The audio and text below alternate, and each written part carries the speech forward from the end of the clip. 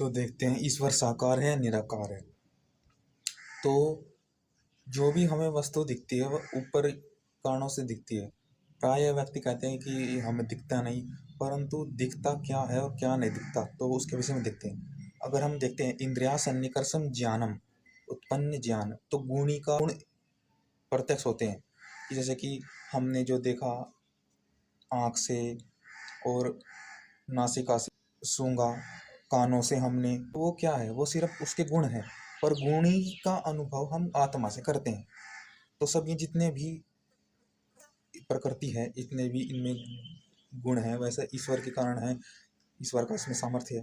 तो जो आत्मा से ही तो उस गुणी का, जैसे कि पृथ्वी में क्या है, गंध, हम गंध को सूंघते हैं तो उससे हमें पृथ्वी का तो निज्ञात होता ना, तो गुण है, गुणी का हम फिर आत्मा से लगाते हैं कि हाँ यह पृथ्वी है।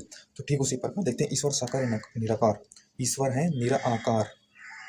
अगर ईश्वर साकार होते हैं तो फिर कोई भी घट नहीं सकता था, अर्थात कुछ गुण कर्म स्वभाव सब सामान्य है, गुण कर्म स्वभाव ये घट ही नहीं सकते थे, इतने हैं। तो जैसे कि देखो, बात यह है कि दो चीज जब संयोग करती है उसके पीछे कुछ, जब दो साकार वस्तु मिलती है तो उसके लिए निराकार वस्तु का जो बनाएगा उनको, उसका होना आवश्यक है।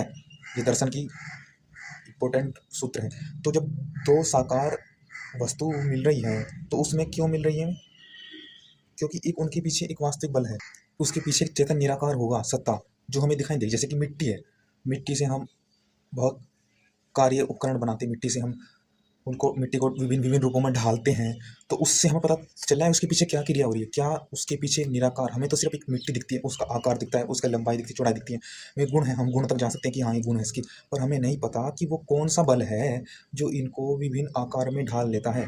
वह ईश्वर का बल है, वह ईश्वर का बल है।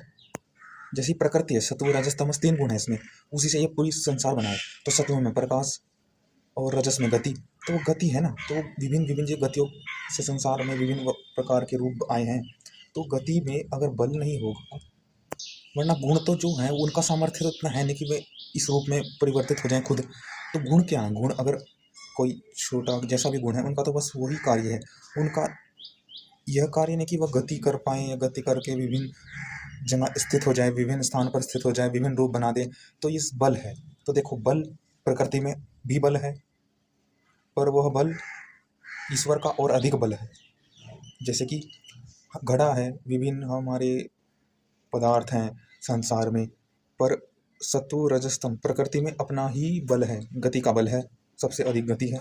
तभी तक नहीं रूप रूप की वस्तु हो गई, मैं गति करके तो बनी है, और विभिन्न गतिवान हो गई, प्रकाशवान, विभिन्न रूप है, उनकी सेप है। देखो, रूप है, प्रकाश, सेप है गति के कारण, कि मैं गति के मानो परमाणु गति के कारण इधर से उधर से स्थित हो गए, गति के कारण स्थित हो गए, आकार हो गया उनका, और रूप भी इसमें आया क्योंकि प्रकाश भी है इसमें।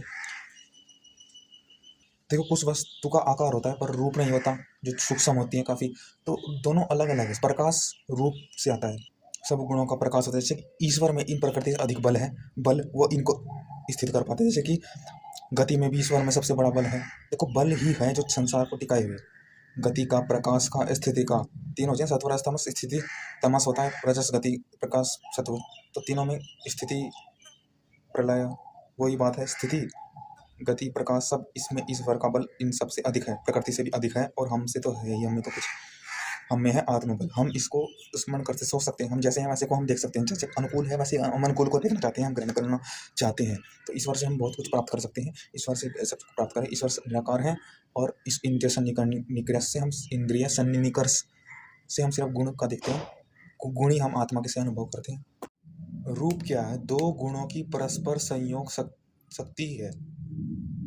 तो परस्पर संयोग हो रहा है, और वो किस कारण से हो रहा है, उस शक्ति के कारण से हो रहा है, वो शक्ति उसमें है, विद्यमान है, हो रहा है प्रकृति सत्व रजस तमस के कण से। तो शक्ति है, उससे प्रकाश, दो गुणों का संयोग, ईश्वर का सामर्थ्य, जिससे कि विभिन्न रूप बने। और यह प्रकृति स्वयं नहीं चल सकती, इसमें स्वयं पहले सर्वप्रथम ईश्वर ने बल लगाया, तभी यह इतने रूपों में परिवर्तित हुई। तो ईश्वर का बल लगता है, जो भी वस्तु नहीं बनती है कार्य बनता है। तो ये वेदों में भी सिद्धांत है कि ईश्वर बल अपनी इच्छा शक्ति से लगाया और संसार प्रकट हुआ, ईशान शक्ति।